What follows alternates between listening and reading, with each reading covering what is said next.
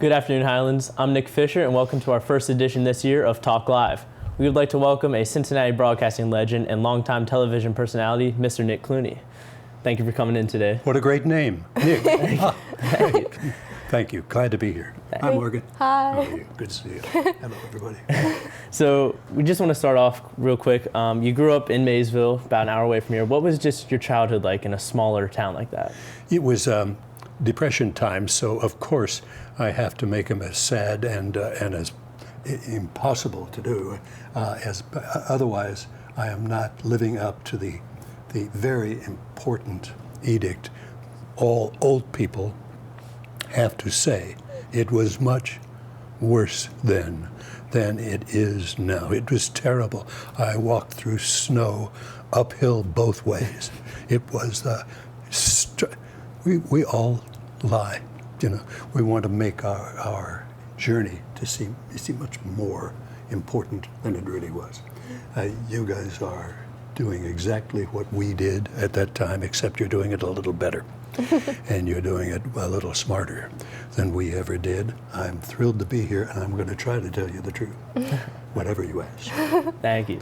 So what opportunities did you have in journalism growing up in Maysville, and how did you work your ways to bigger cities like Lexington and Cincinnati? Sure.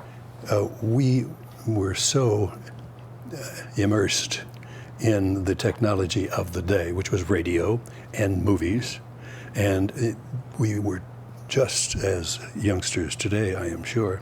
We were immersed in it and really mesmerized by what was going on. It seemed so impossible, so magic. The voices that came out of that radio, and as I was saying to you earlier, we watched the radio. We sat around it, and the big Z on the Zenith radio, we would stare at that little glowing light there while those voices boomed out at us and took us to places we could not have imagined and told us things that we were shocked to learn. And the voices that came out became very important to me and were certainly an inspiration to me. And my sisters, on the other hand, were both singers, and they were both very, very good singers. I was also a singer, not a very, very good singer. But we followed, in a certain sense, what we heard and what we saw when we got to the movies once a week, you know. And they would say the movie tone news, and I'd look at that. The girls would look at the singing sisters of other eras, and they would walk home singing those songs. And I'd walk home just trying to sound like Edward R. Murrow, you know. This is London. Oh my, it excites me still to this moment. And I listened to those. I tried to teach myself to say the words as clearly and without my very rough Kentucky accent at age 6 and 7. And I tried to sound not like them. I didn't try to imitate them, but what I wanted was for it to sound professional, and that the words that I would say would come clearly to people out there who could then hear them. If I used my standard accent from Maysville, they wouldn't know what in the world I was talking about. And I knew that, and so I tried to. I would take books that and just read them aloud. I would have almost a spoon, a big wooden spoon would be my microphone. and I would talk, and I had no idea what I was saying, or what. I knew that it had to be clearer. That's what I knew. And I suppose that it was at that time and at that place that I decided that I would try to do communications. I didn't know what that meant. I didn't know what that word meant, but I knew that people talking to one another, telling stories, listening to stories, that could be a life. That could be something that you could then make a life. I guess I knew that instinctively, and I was no different, no better. All the other kids thought the same things, except they would see something that would lead them to accounts, or to writing, or to things that were physically more demanding, maybe to police work, things like. Everybody got a little bit of taste of something as we hung out together in that collegial atmosphere of tiny towns. We began to learn long before we knew we were learning. So what would you say your style of journalism was, and how did that help you throughout your career? You see, that's a perfectly good question. The problem is I don't really know how to answer it, and I'll tell you why. Anytime anybody tells me that I have a style of communicating, particularly in news, if there is somebody that tries to tell me that I am giving you news with a liberal bent, or I am giving you news with a conservative bent, I say to them, you are not giving me news at all, because just as soon as you say liberal, or just as soon as you say conservative, you are then not giving me news. You are giving me commentary. Commentary is fine, but it's not news. And it's very important that everybody who is in the business knows the difference. If I ever give you a news story, which I try to give you from an angle, I'm not giving you news. It goes away from news. It's commentary. Always different. It's very important that we all know the difference, including those of us who watch news. You have to hear, this is a give and take proposition. If I deliver the news, that's fine, but you have to take it in, and you have to assess it, and you have to figure out if I'm doing it from an angle. If I'm doing it from an angle, it's not news. So fine, you like that commentary, that's fine. That's commentary, but just always understand what it is that you are dealing with and what you are a part of in this give and take proposition. So I don't know, I can give you the style, I think, perhaps in a conversational way. I always tried, when you first start into anything, you try to copy somebody because you have somebody you admire and I think that it took me forever. WFTM in Maysville, Kentucky, the world's finest tobacco market, the golden buckle on the burley belt, that was Maysville when I was 17. And that's when I started professionally. And it was quite clear from the beginning that this is going to be a tough go. And the first things that I hear, I am so embarrassed by, and they were put on big discs, not on tape even. We didn't have tape yet. Great big discs. And a doting relative of mine taped my first newscast, a radio newscast from 1951. Whatever the date was, it was in the summer of 1951. And there I was listening to this clearly immature voice, stammering out there, trying to say like he knew what he was talking about, and of course he didn't. And I would be so stilted, and good evening, everyone, it's time for the news. And I would have to read everything because I was terrified. My assumption is, as soon as that microphone went on, that hordes of people were listening. It was maybe 5, but we were sure that we were talking to and I remember a young fellow, a friend of mine, Sam King, he and I were starting broadcasting at the same time, and he was trying to ad-lib the time, and the clock was up on the wall, and he says, The time in 10 minutes. 10 seconds. Time in 5, 4. Oh, hell, it's about 4 o'clock. he was out of the business thereafter. He just did not feel that he had whatever it was that made sure that they would go through all of those mistakes, just to have them fall down around you and go back and do it again. Get up and do it again. Yeah. Get up and do it again. Sounds like football, sounds like basketball, sounds like everything that you do. It really does. And that's what we all have to do at the beginning of our career. Yeah. So your career spans so much history, so many things happening. Go ahead, I am old. Yes, that is correct. I'm really old. When you look back, what was one of those stories that maybe wasn't as prominent to the public, but that you remember the most, or that stood out to you? You know, there's we at one time. Oh, good Lord! Thank you very much. Who is that person? And where did he get that coat? And why didn't he get a haircut? Who is that person? At any rate, yes, that hurts. That I understand. Now, what is interesting is. Generally speaking, we all understand that news is a chronicle of the aberrations of the day. If you get up and head to school, you get onto the bus, or you get there, and everything is fine, and there are no problems, and you go on with your day. There, no news. You're just fine. If you get up in the morning and your folks are driving you to school, perhaps, and you get a flat tire. Well, at one level, that's news, and that's going to be news in your family.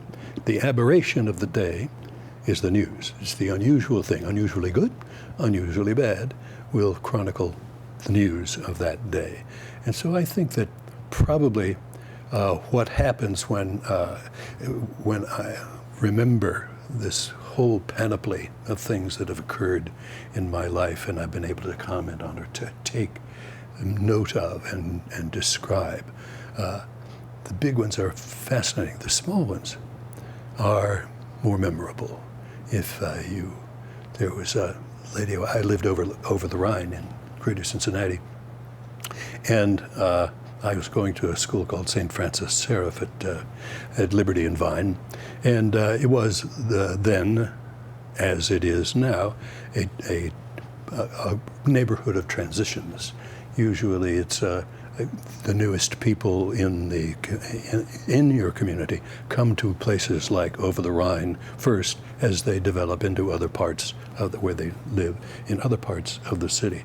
And I remember it was very poor, and when I walked to school that morning down the Vine Street Hill, there was a woman and who had a very small house, an old Cincinnati type house, very narrow and 3 stories high, say. When I started doing news, I went back there and I was walking. She was still there, and hers was the neatest house in all of that area. She had a little flower box, and she had everything tidy, and it was beautiful, really trim, and all of that. And I finally stopped and talked to her, and I found out that I had just been called one of Cincinnati's great living Cincinnatians, one of these things that you get every now and then. And I was talking to her, and I was looking at what she had raised a boy in that tough neighborhood. And he, just 4 years earlier, she told me, had graduated from the University of Cincinnati. And I looked at her, and I thought of all those years and the times I had noted her, and times I had even commented on that area, Elder Street or some of the other streets in that area. And I realized that I was by no means a great living Cincinnatian. She was. That's what I found out when I was doing the news and listening to these stories and talking to these people, all of these great people. Those are the stories that stuck with me, talking to her and finding out about her son, who had all of the things that he had to go through and deal with. And when she was so proud when she talked, that I was thinking, I got to tell that story. Yeah. So, yeah, the other ones, boy, tough ones. And I got to know some celebrities, and they became friends. There were people that I liked and knew. Walter Cronkite. Walter, in the last years of his life, and his wife Betsy and Nina and I got to be friends. We really were good friends. And we went places. I went to his birthday parties, and he went to mine. And so that's great. That's a wonderful. And telling his story as I did a half-hour documentary about him that was done on some networks, and that's wonderful. That's a wonderful story. But that story is not any more fascinating to me than the Lady Ella that I met down in over the Rhine. Yeah. So you were originally a newscaster, both on radio and television. And then what was the process that went in some of the decision-making that went into transitioning from newscasting to your talk show or your own show? It was quite the other way around. It was? Yes. I did little shows like game shows and purported comedies and other things. They turned out to be, I just wanted to be in broadcasting. And the first thing I did was newscasts, because that's what I loved best. That's what I grew up with, and all those famous names. And so I did those at the first station I worked at in Maysville. But I then, in order to continue to be in broadcasting, I started doing talk shows or game shows or anything to be on radio first, and then radio and television. Teenage dance shows and bandstand type shows, and horror shows, introducing horror movies at 11 o'clock on a Friday night. Idiot is now on the scene. And anything I could do to be on television, I would do. Still hoping that through that I would get to do talk shows, which would be great, and get to have the opportunities to meet interesting personalities or to dig out interesting stories, Gee, one of those, how about that? If somebody's listening to it, they might say, gee, I didn't know that. Well, I would have just had a successful story in that kind of program. And eventually, news and television news became more important to us all. Newspapers were still extremely important. Magazines were very important, of course. But television news became, in the late 50s, and then into the whole era of the 60s, 70s, and 80s, and to a certain extent still, television was still a very important communication medium for us to find out what in the world is going on around us. It was never completely satisfying. As I always told people when I did shows like this with you, it was clear to me that we would never be fully informed if the only place we got our news and information was from television, because we take in that information in a very temporary way. It's just by listening. And that's true in radio as well, of course. If you're going to learn something, if something's going to stay with you, you're going to have to read it. You're going to have to read it and listen to it, and you're going to have to interconnect with other people to find out. All of those things are necessary for you to learn the information you're going to need. As I used to point out to my friends when I was out talking about news, I would say everything that I say on a half-hour newscast, anchoring there at 6 o'clock at night and you're watching, everything that comes out of my mouth in that half hour, you could see on the first page of a metropolitan newspaper. The first page. And all of that other information that that newspaper or the other systems that deliver information to you, all of that is lost. You're not even aware of it. You have to read. Sometimes you can do that now using video means to do that. Still, you have to do that because that's the way you retain the information that you were getting. So I was always talking down my medium when I was telling him what I was doing for a living. It was great, but it was very important, and it still is very important. And unfortunately, I think we're worse at that specific consumption than we were 30 years ago, which is too bad. Now, you've done a lot of work in this area, in Lexington, Columbus, and Cincinnati, Sure. but you've also... Can't hold a job. I've been fired from some of the nicest places in the United States of America. Yeah. Now, so you also worked around very big cities in New York, California. Mm-hmm. So what was it that prompted you to come back to Cincinnati and finish out your career here? This is home. This is home, always was home. Every time I was talking to Mr. Cronkite to drop a name again about that, and he says, you know, the topography matters. It's funny about that, but where you were born and were raised, and you're most comfortable with, that stays with you. I always came home. Wherever I was working, I came back to Cincinnati, Maysville, and Augusta, where I live now. I just said I was born in Maysville, and which is a town of about 6,000, 7,000, 8,000, and then I moved away to all these places that you just described. See, that's progress. But there I am, and I love it.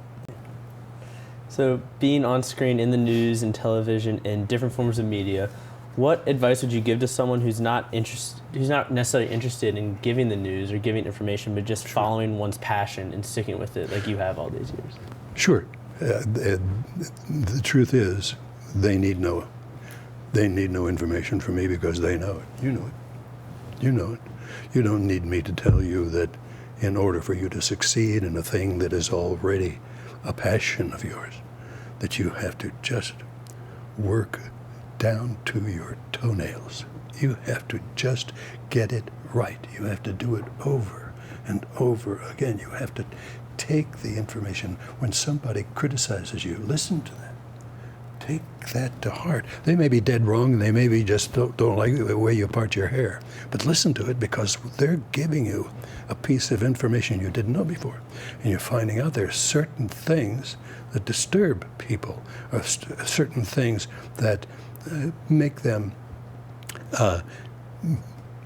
less likely to accept you as somebody that you can trust.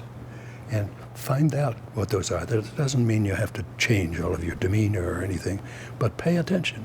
You don't know everything. And the things that you don't know are very important to you, more important than the things you know already.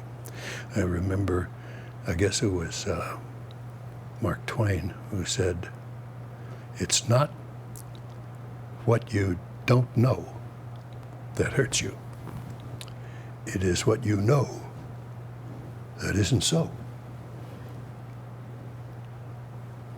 We've got a lot of that now, in not just politics, that's the obvious place, but in all of the things, all of the information we're getting, we're not checking it all.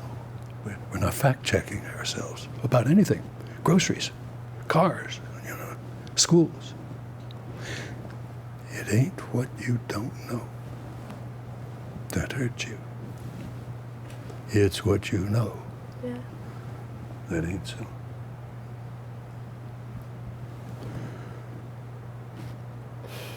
Well, thank you very much for joining us today. It was a pleasure to have you on tonight, or this afternoon. It was my pleasure entirely.